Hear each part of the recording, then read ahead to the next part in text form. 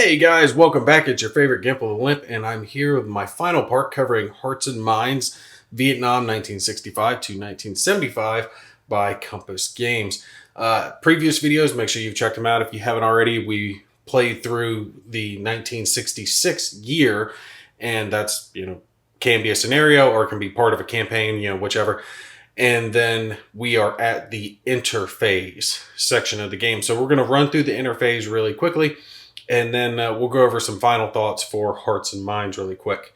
So the interphase is kind of, well, that's exactly what it says. It's in between the different phases. And it's like the scoring round where you're taking and figuring out who kind of did the best during that year. And it's definitely the North Vietnamese for my game. Most of the information you're going to need, again, it's going to be in the rule book. There is a summary for it here at the top of one of the player aids, but the first few times you're playing it, you're definitely going to have the rule book out when you're going through the interface section of the game, just to take and make sure you go through it the right way. So we're going to run through it here real quick. First thing, you're going to score any campaign cards, grand campaign cards. We didn't have any in our playthrough, so we don't have to worry about that. And then a lot of this is checking for collapse. And first part, you're going to be checking for the collapse of either Laos or Cambodia. And we actually didn't really have anything that happened there, so we don't have to worry about either of those factions collapsing. But if you do have a side that gets wiped out, like if all of the blue Laos or red Laos or Cambodia, whichever side gets wiped out, then you have to prevent a collapse by paying resource points. And a lot of this has to do with paying resource points, which again, you keep track of your stored ones over here. And that's something that I had made mention of a few times during the game, that I wanted to kind of store as many as I could just in case I needed them. Because when it comes to these factions, I'm not overly worried about them collapsing. I mean, you don't want them to, but South Vietnam can collapse as well, depending on how well you do. And if you do badly, you have to pay those points to keep that from happening. And losing like your ARVN troops can affect your collapse and make you have to pay more resource points. All right, so we don't have to worry about Laos or Cambodia. Now we add dove points. And this is one of the things that I'm kind of like, why? Maybe someone could put it down in the comments if there's a specific reason for it. But you have your dove and hawk side, blue and red. But red is good for the blue side, and blue is good for the red side. I don't get why they did it that way, but okay, we'll go with it. And in this part of the interphase, you are adjusting where the score marker basically ends up, whether it's hawk or dove. Think of hawk, well, it really doesn't matter, but you can think of hawk as negative and dove as positive. But right now, it's good for the American side. We're at 8 as far as hawk points are concerned, but we're going to be losing some of those. For each year after 1968, you're going to add 1 dove point, which would reduce the amount of hawk points we get until we get over to 0. And once we have 0 hawk points and then start getting more, that's when we start getting into positive dove points. If you guys get what I'm saying. So if the hawk marker moved all the way down over to here, then you would flip it to dove and start bringing it up the track. All right, so we don't have to add 1 because it's not after 1968, but we would have to add 1 dove for every US, ROC, or IF unit, so blue colored units that were in the body count box right over here.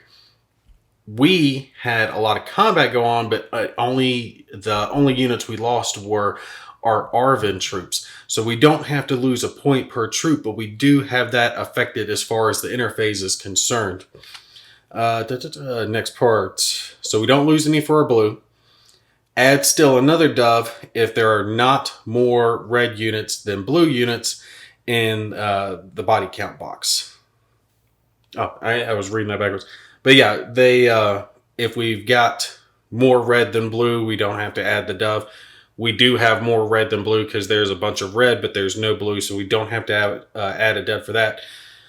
Finally, if the count the number of red flagged provinces, so all of these red starred areas that we have, and you get so many points per how many you have. Now I have 9, I do believe. 1, 2, 3, 4, 5, 6, 7, 8, 9. So 9 red controlled areas, which puts us here at 9 to 10. So 2 doves. So we will move this down 2 hawk points. So we lose 2 hawks because we're moving in the direction of dove.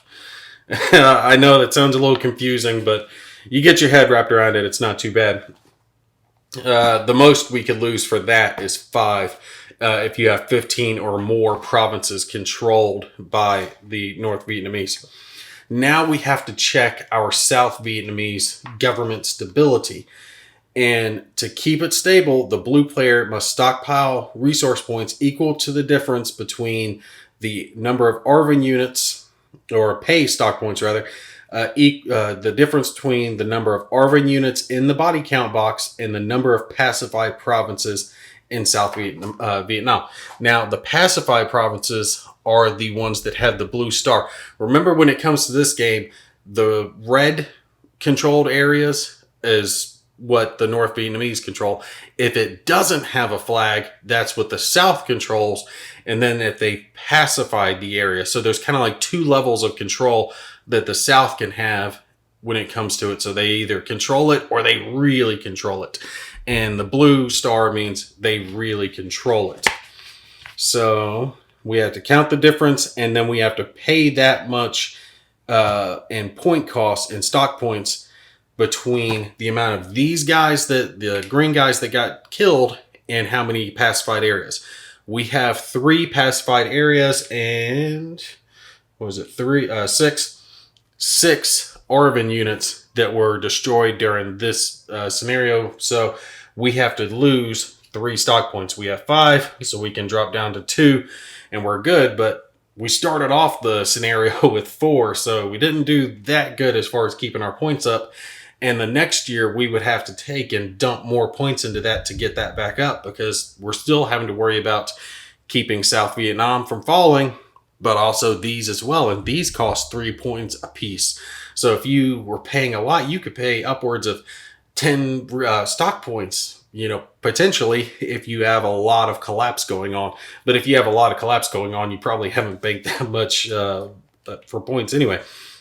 All right, after you check for their stability and paid any points, which we've paid our points, then you have to check for a potential instant victory. And the player chart has the numbers listed down for that right here in our victory goals, and it shows the red auto win or the blue auto win, and it has to do with that political stability marker.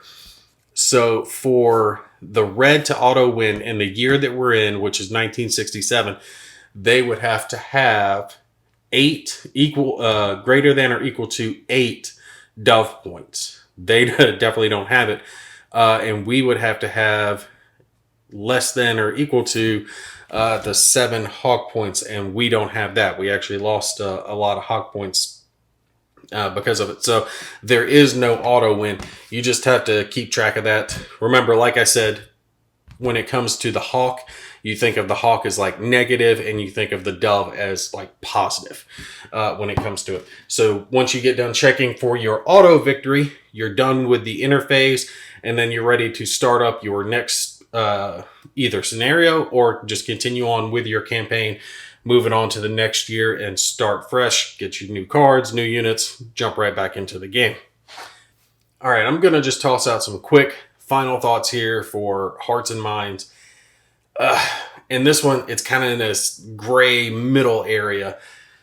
Honestly, I like the game itself. I think this is kind of like a car that has a really solid foundation, good engine, good transmission.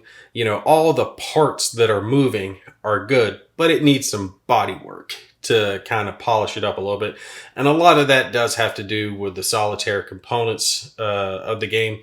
They weren't handled that well.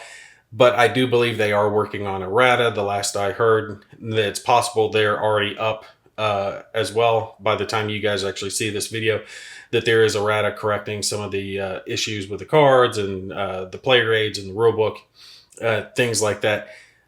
Again, when it also comes to the solitaire component, I did not like the flowchart that controls the solitaire component.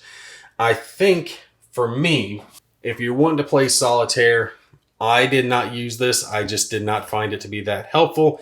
Maybe I need to play it again, but I couldn't get it to really work well for me.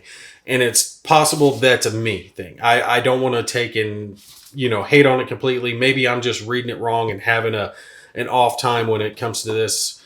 It's possible. I'm human. I'm going to look at things different from, other people. But for me, it just didn't work that well. The component that was in the rule book that should have been a player aid in and of itself, I found that to work actually pretty decent, just to give you randomized odds of what the AI itself was going to do. And I thought this was enough. There wasn't a whole lot of direction I could get from the flowchart, but this gave me the general idea. Okay, the AI wants to move troops south. They want to perform an attack. They want to do this. But once the generalities of whatever they were doing was decided by the die roll, that's when I just made the choice of what I thought was best for them.